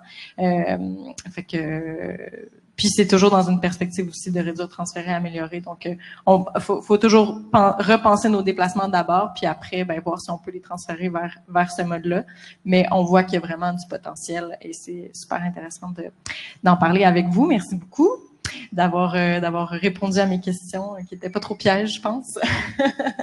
Est-ce que vous en auriez des questions dans la salle par rapport au panel ou soit de manière générale ou à une ou un des panélistes? On a beaucoup de temps pour vous.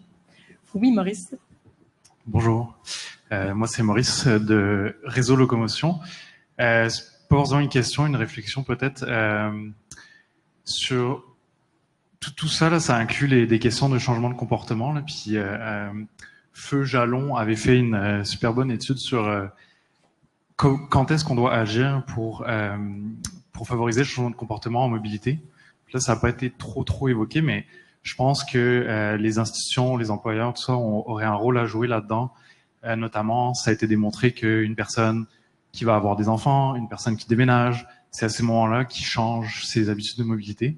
C'est vraiment des moments clés où il faudrait qu'on puisse attraper les gens à ce moment-là, puis leur dire « Ah ben, regardez, vous arrivez dans votre quartier-là, il y a toutes ces options-là qui s'offrent à vous. Ne vous achetez pas une voiture. Vous avez un enfant, vous pouvez avoir un vélo cargo, vous pouvez blablabla. N'achetez pas une voiture. » Fait que c'est ce genre de choses, je pense qu'il faut aussi réfléchir puis essayer de mettre en place là, mais c'est tout le monde, je pense, que se renvoie la balle à ce niveau-là, mais en tout cas, c'est des choses, je pense, qu'il faut prendre en compte là dans les questions de mobilité. D'où le fait de travailler avec une diversité d'organisations qui travaillent notamment avec des jeunes professionnels qui sont à l'étape des choix de vie et de l'emplacement d'habitation. Ça a tout un lien avec les choix d'habitation favorables à la mobilité. Hein. Oui? Oui, bonjour. Ma question est surtout pour Isabelle et Myriam qui ont implanté le programme dans leurs entreprises. Est-ce que vous avez remarqué ou défini une clientèle qui était plus favorable au projet, parce qu'on parlait de bénéfices pour la société et pour la santé, mais est-ce qu'il y a une clientèle qui pourrait avoir des bénéfices qui étaient insoupçonnés, qui a adhéré au projet? De notre côté, je dirais qu'on avait eu vraiment beaucoup de personnes intéressées, puis le portrait des personnes qui avaient manifesté leur intérêt de participer au projet, c'était vraiment très varié. Donc, on avait des fervents cyclistes là, qui étaient vraiment habitués de venir au travail en vélo traditionnel puis qui voulaient faire l'essai du vélo électrique, vélo assistance électrique, pardon, pour en voir les bénéfices. Puis on avait aussi des gens qui avaient à peu près jamais utilisé le vélo pour venir au travail, pour qui c'était absolument nouveau. Donc, je dirais que les bénéfices se sont manifestés quand même pour tous les types de clientèle. Le taux de réponse positive à la suite des essais était quand même assez très élevé, puis est généralisé, peu importe le profil des personnes qui participaient. Je dirais du côté des cyclistes qui étaient vraiment habitués plus à faire de manière, je dirais sportive, il y avait peut-être plus gardé un intérêt pour le vélo parce qu'il le faisait vraiment comme un exercice physique. Puis des fois, il trouvait trop lourd le vélo assistance électrique parce qu'il était habitué, par exemple, à un vélo peut-être avec un cadre beaucoup plus léger. Donc, il y a peut-être un potentiel un peu plus intéressant du côté des gens qui sont moins habitués à faire du vélo, pour qui c'est quelque chose de plutôt nouveau. Mais dans tous les cas, c'est les commentaires positifs qu'on avait, c'était sentiment de bien-être, ça prend moins de temps pour arriver au travail, pas besoin de prendre une douche aussi à l'arrivée. Donc, je dirais que c'est quand même assez généralisé. Ça peut convenir à plusieurs profils, selon moi. Nous aussi, dans VéloVolt, quand on l'a déployé à travers le Québec, là, moi, je l'ai déployé pour MOBA, qui est mon organisation, mais je gérais également l'ensemble des autres CGD québécois. Puis, à la grandeur du Québec, c'est extrêmement varié. Puis, on voit autant des gens qui viennent de la ville que des gens qui viennent de la région. Puis, nous, vous l'avez déployé à l'interne. Pour VéloVolt, il y avait quand même une intention de le faire essayer, le vélo à assistance électrique, à des gens qui étaient motorisés. Donc, on cherchait dans le formulaire d'inscription, il y avait plein de gens qui étaient comme, moi, je fais du vélo 3 fois semaine. C'est pas toi que je vais choisir. Je veux vraiment aller chercher la personne qui a un VUS et qui va seule au bureau 5 fois semaine. Fait que c'est à eux que je donnais le vélo. C'est à eux que je voulais qu'ils l'essayent pour vraiment qu'il y ait un changement de comportement.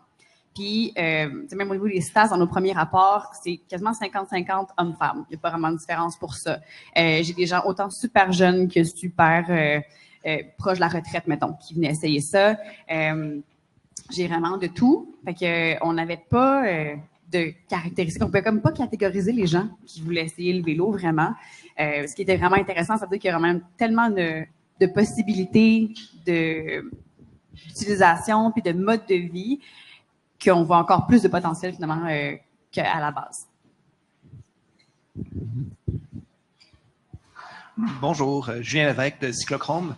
Moi, je me demandais, surtout dans les environnements à forte densité urbaine, si chez les participants, il y en avait qui avaient nommé un souci de comment sécuriser le vélo à la maison. Parce que là, vous avez parlé de solutions d'entreposage au travail, c'est super.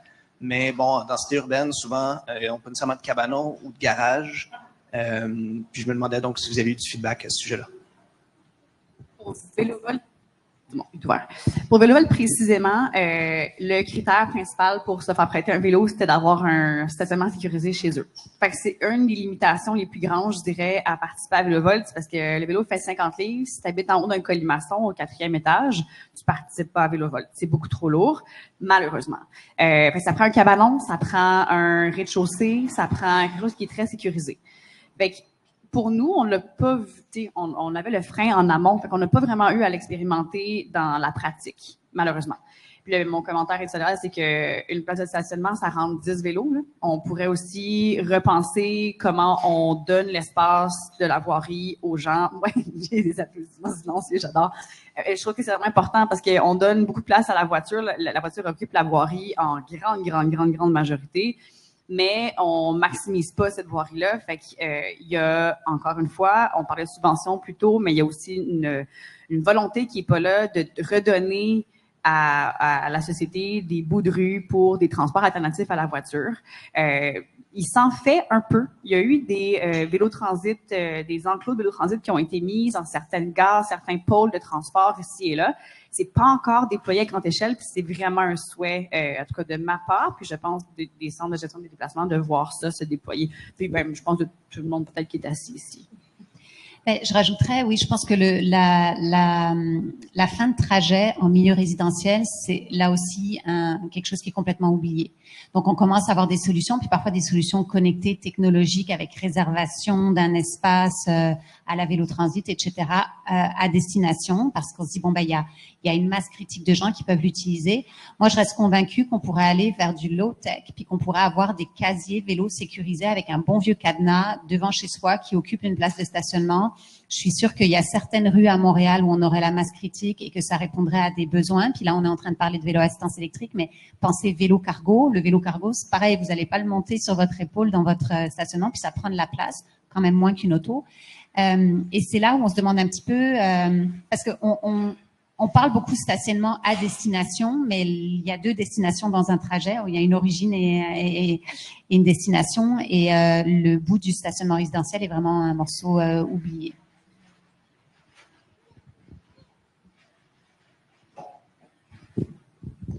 Bonjour, merci pour cette présentation et pour ce rapport. Moi, j'ai une question qui va peut-être un petit peu plus loin que ce que vous avez dit par rapport au report modal. En fait, vous parlez dans le rapport, on parle bien du report modal de la voiture vers des modes plus durables, mais est-ce que vous avez pu analyser le report modal du bus, par exemple, des gens qui auraient pris le bus vers le vélo? Parce qu'en fait, en l'occurrence, le vélo électrique étant plus simple d'utilisation, moins pénible physiquement, des gens qui pourraient prendre les transports en commun pourraient s'orienter vers ce vélo. Et donc là, on aurait un double effet, c'est qu'on aurait les personnes qui ne prendraient plus les transports en commun, et on sait qu'aujourd'hui, l'achalandage est un point important. Je peux répondre. On a regardé en fait dans le rapport.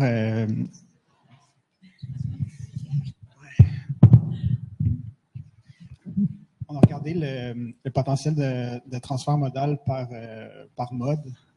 Et effectivement, il y a un grand pourcentage des déplacements qui sont faits en transport collectif qui peuvent être faits en VAE, tout simplement parce que les distances sont plus faibles qu'en automobile. Donc, je sais pas si... Ouais, il faut que je parle plus fort. Okay.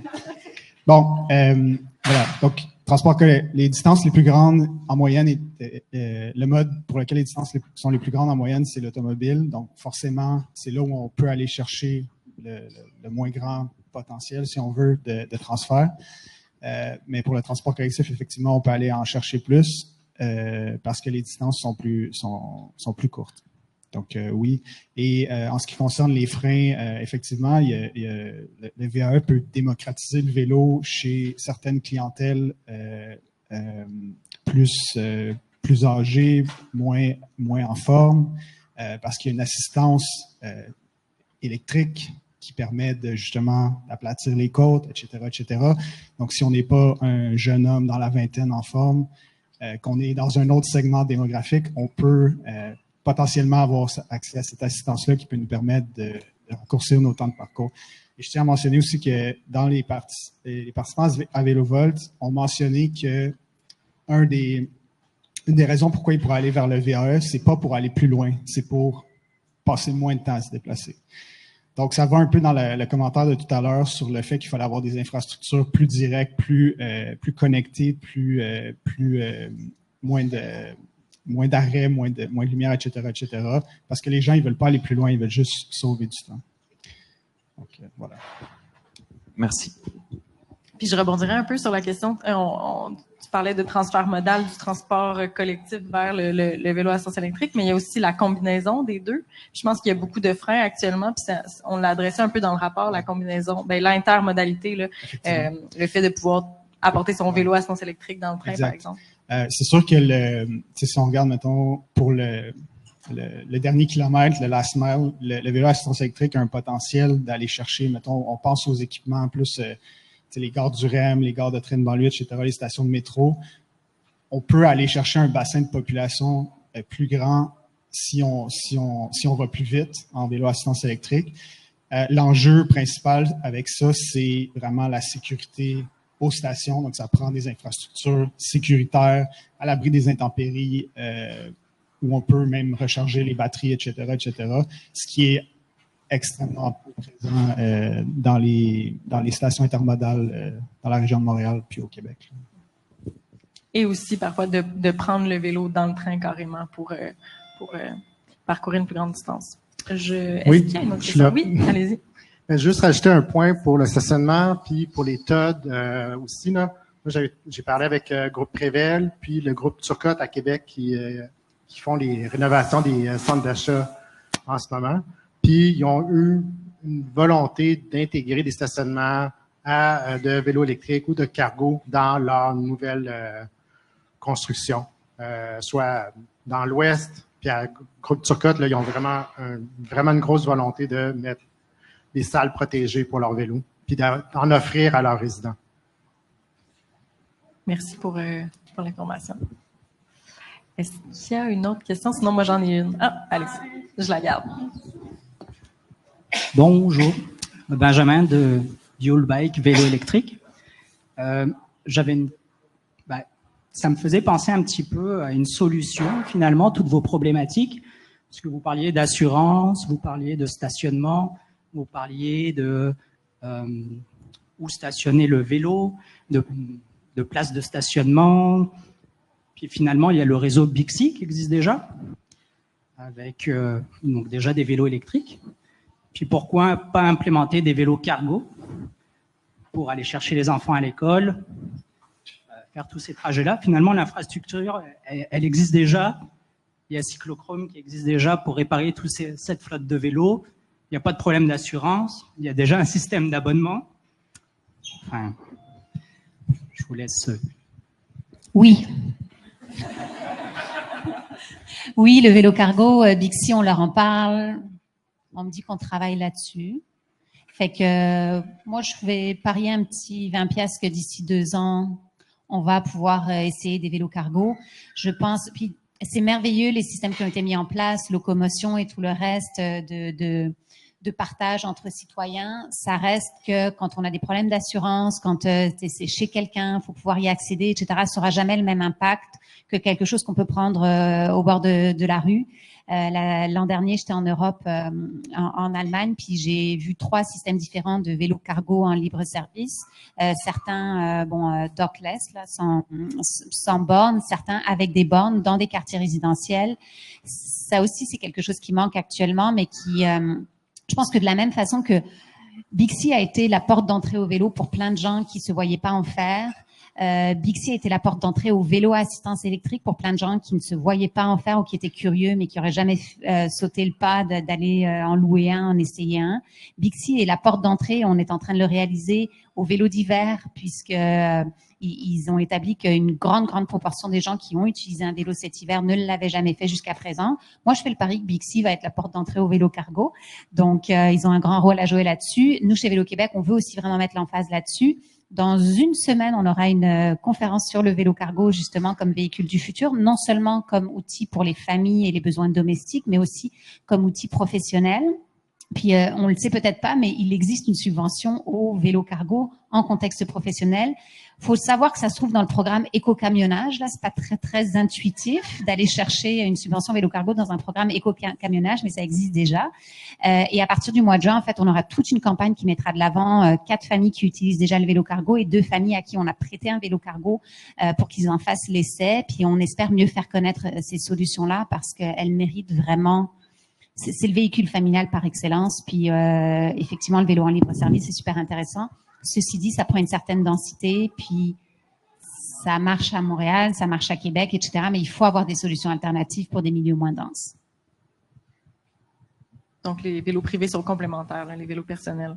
Puis, Magali, tu parlais du programme de vélo cargo dans le cadre professionnel. On a beaucoup parlé des navettages, des trajets domicile-travail, mais est-ce que vous pensez aussi que le vélo à assistance électrique a un potentiel de déplacement dans le cadre du travail? Des organisations qui se doteraient de vélos pour que il y en a déjà plein qui le font, là, mais comment vous voyez ça? Dans Radio-Canada. Je sais pas si, j'ai pas il y a pas beaucoup d'organisations qui ont implanté une de vélo électrique complète. C'est moi maintenant qui fonctionne pas. Merci, gentil. Il y en a pas beaucoup qui l'ont mis en place, les flottes. Puis c'est ce qu'on cherche à faire dans le futur dans d'autres programmes, de vraiment aider à implanter puis à la gérer, cette flotte-là. parce qu'il y avait un engouement pour les déplacements professionnels, parce que le vélo électrique permet de ne pas suer. Vraiment, c'est un des trucs qui est le plus important. Puis je pense que le vélo cargo a encore plus de potentiel parce que souvent, tu vas voir un client, mais tu vas le voir avec ta valise, ton ordi, des échantillons de quelque chose. Fait qu'il y a un potentiel. Puis il y avait, en fait, je sais pas si on a fait la différence entre les déplacements pro, personnels et autres que domicile de travail dans le sondage de la chaire, mais il y a des gens qui l'utilisaient pour faire le déplacement professionnel durant VéloVolt. Il y avait le choix de faire ce qu'ils voulaient, quand ils voulaient avec le vélo pendant 4 semaines. Donc oui, ils l'ont utilisé. Puis je pense que ça devait répondre à un besoin autant que d'aller à l'épicerie. Puis peut-être à défaut de fournir en tant qu'employeur une flotte de vélos à assistance électrique, etc., il y a au moins une façon de l'encourager, c'est d'offrir une indemnité kilométrique pour le vélo du même montant que celle que vous offririez pour un déplacement en auto. C'est la politique qu'on a chez Vélo Québec. C'est rendu 53 sous ou peut-être même plus, là. 53 sous si tu prends ton auto, 53 sous si tu prends ton vélo. Fais les maths. Il y en a un où le 53 sous, t'es juste en train de te rembourser. L'autre, t'es en train de te faire de l'argent quasiment. Puis ça paye pour l'entretien, ça paye pour justement l'achat du vélo. Donc, je veux dire, c'est pas très compliqué à mettre en place, ça, comme employeur, sans compter, donc là, on parle des déplacements professionnels, puis sans compter le navettage, où là, on peut envisager une indemnité mensuelle qu'on offre aux employés qui se déplacent autrement qu'en auto. Là encore, c'est une politique qu'on a chez Vélo Québec et qu'on voit chez de plus en plus d'employeurs. Des décathlons, on voit de plus en plus d'exemples. Fait qu'à défaut de fournir le vélo, on peut au moins rendre ça intéressant financièrement. Il y a l'Université Bishop aussi à Sherbrooke qui a mis en place l'indemnité kilométrique dans le cadre du travail. Il y a encore des questions? Super, ça suscite l'engouement. Allô, j'en ai même 2, si le temps me permet. Yeah. Il a été question d'un coût annuel de possession de à peu près 1 900 $ tout à l'heure pour un VAE. Est-ce qu'on a une idée de la ventilation de ces coûts-là? Et la deuxième question, je l'ai oubliée. Donc, oui, allons-y. Je vais laisser Henri faire cette petite recherche parce que c'est lui le master il me semble, de cette ventilation-là. Si tu peux venir sur scène, Henri, pour répondre, je vais te laisser le micro.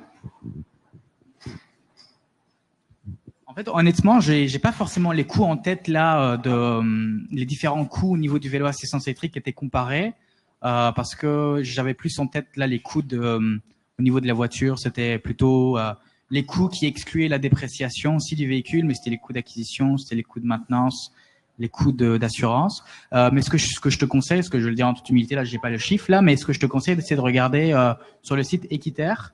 Il y aura normalement les détails des différents coûts qui ont été pris en considération. Mais je tenterai de dire probablement coût d'acquisition, puis coût de maintenance aussi, parce qu'il y a quand même un coût d'entretien. Donc je pense qu'on a été aussi rigoureux par rapport à ça, mais je te conseille d'aller regarder ça. Désolé, de ne pas avoir la réponse. Oui, Jérôme, veux-tu répondre? Ou c'est une autre question? OK, parce que monsieur, on avait une deuxième. Donc,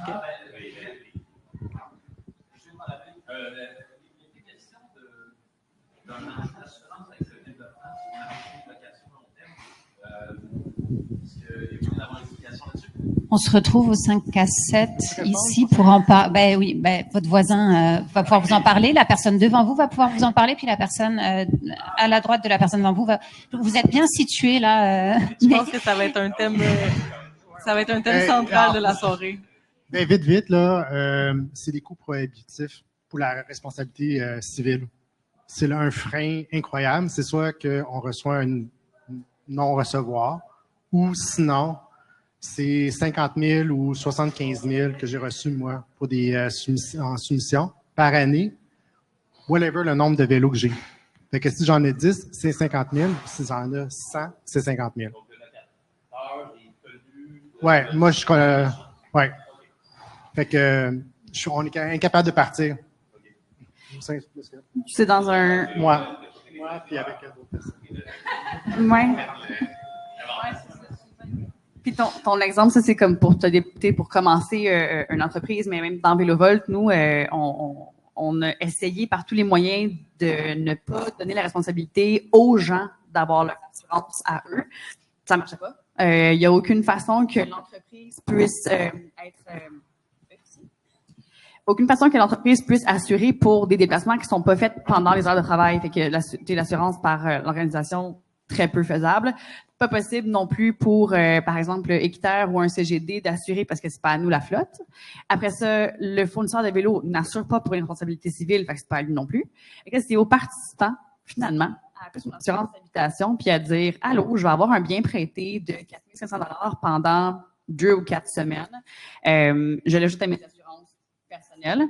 Puis, je l'ajoute, je m'assure que je suis assurée en responsabilité civile également. Fait que ça devenait la responsabilité de la personne, malheureusement. Puis, on n'a pas trouvé encore de solution qui réglerait tout ça en un claquement de doigts. C'est définitivement un frein. Pendant 5 à 7. On prend une dernière question, Jérôme, puis après, on va clore. Juste sur la question du coût d'acquisition et du coût annuel, c'est certain que quand on regarde tous les systèmes de leasing, d'achat, d'emprunt, etc., de financement en fait qui sont offertes par l'industrie automobile, je pense que l'autre morceau qui manque peut-être actuellement, c'est les bonnes solutions de financement pour le vélo cargo, parce que ou le vélo à assistance électrique, ça peut représenter un coût non négligeable. Donc, parmi les solutions à mettre en place au niveau réglementaire, etc., il y a toute la question aussi du financement de ces vélos-là. C'était qui l'autre question? La dernière, mais non la moindre. Ben, ça va être rapide, en fait, pour Isabelle et Myriam. Moi, j'étais curieux de savoir la demande versus l'offre que vous pouvez offrir, parce que vous avez un nombre limité de places de location par personne. À quel point vous aviez plus de demandes ou ça dépendait des organisations? J'aimerais ça vous entendre. De notre côté, c'est sûr qu'on a fait des essais de 2 semaines. Donc, pour laisser la chance au plus de monde possible, il faut dire que notre établissement compte environ 3500 employés, là, ce qui est quand même beaucoup. Puis, on a eu environ 75 personnes qui ont rempli le formulaire de participation. Puis, il a fallu en retrancher pour avoir un total de 35 participants. Donc, c'est sûr que la demande était plus forte que l'offre dans notre cas. Ça ressemble à ça aussi dans l'ensemble des 50 organisations qui ont participé à Vélovol. Il y en avait des centres hospitaliers de 7 bâtiments différents avec des milliers d'employés. Puis là, il a fallu quasiment qu'on modélise la façon dont on choisissait les gens parce qu'il y avait une liste d'attente, il y avait c'est pas possible. Il fallait vraiment qu'on fasse un autre système de gestion que le Excel de Google Forms régulier. Parce qu'on se débrouillait avec un Forms en général. Puis, justement, Vélovol, c'était des essais, des fois 2 ou 3 cohortes par été. Fait qu'on avait ça à peu près 2 mois, 3 mois d'essais, qu'on était limité. Mais la proportion des gens intéressés, pas mal toujours la même, je dirais. Dans un cégep de quelques centaines de personnes, on a 10%, mettons, qui veut essayer. Fait qu'une trentaine de personnes. Fait qu'on réussit à remplir nos cohortes, finalement. Parce que si c'est pas des 2 semaines, ben on va y aller vers le 4 semaines. Les gens vont l'essayer plus longtemps. Et donc, il y a moins de personnes qui l'essaient, mais le changement de comportement est peut-être plus durable aussi quand on essaie 4 semaines versus 2 semaines. Merci. Merci beaucoup. C'est ce qui clôt. Merci. Oui. Vas-y. C'est bon, je suis allé chercher les différents chiffres là pour t'aider, comme ça t'évite d'aller chercher. Donc, on est allé chercher coût en énergie pour le vélo assistance électrique. On est allé chercher aussi le frais d'entretien, parce qu'il y a des frais d'entretien, assurance. Mais ce qu'il n'y a pas dans le vélo assistance électrique et ce qu'il y a dans la voiture, il y a tout ce qui est permis, immatriculation. Et puis après, tous les paiements mensuels sur un amortissement là du coût d'acquisition.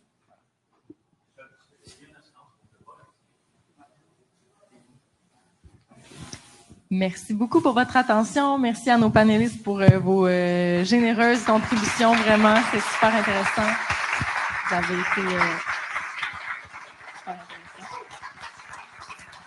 Je vais laisser la parole à ma collègue Marilyn pour les consignes pour la suite, mais merci encore pour votre attention. Je pense qu'on a encore beaucoup à discuter et je vous invite à rester. Il y a des petites bouchées, boissons qui vous sont offertes. Aussi, on a vraiment eu un petit aperçu de toute l'expérience de Vélovol, mais je vous invite à aller voir vraiment sur notre site. On a notre rapport complet, c'est quand même 122 pages, donc on a vraiment pris quelques extraits, mais aussi on a fait un rapport 1 an après l'essai auprès des participants. Donc, on n'en a pas parlé ici, mais on aurait pu faire aussi un autre panel juste sur ça. Donc, l'expérience du point de vue des organisations et également des participants. Donc, ça aussi, c'est un rapport important qu'on a disponible sur notre site Internet. Donc, merci encore à tout le monde. Je voulais aussi remercier l'équipe derrière aussi Vélovolt, Tatiana Gordine, que certains connaissent peut-être déjà. Il y a aussi Marissa Sagues, Henri, Bon, Anne-Catherine qui a contribué aussi également, qui est de l'équipe plus des relations gouvernementales. Donc, merci à tout le monde d'être venu, puis on poursuit la conversation.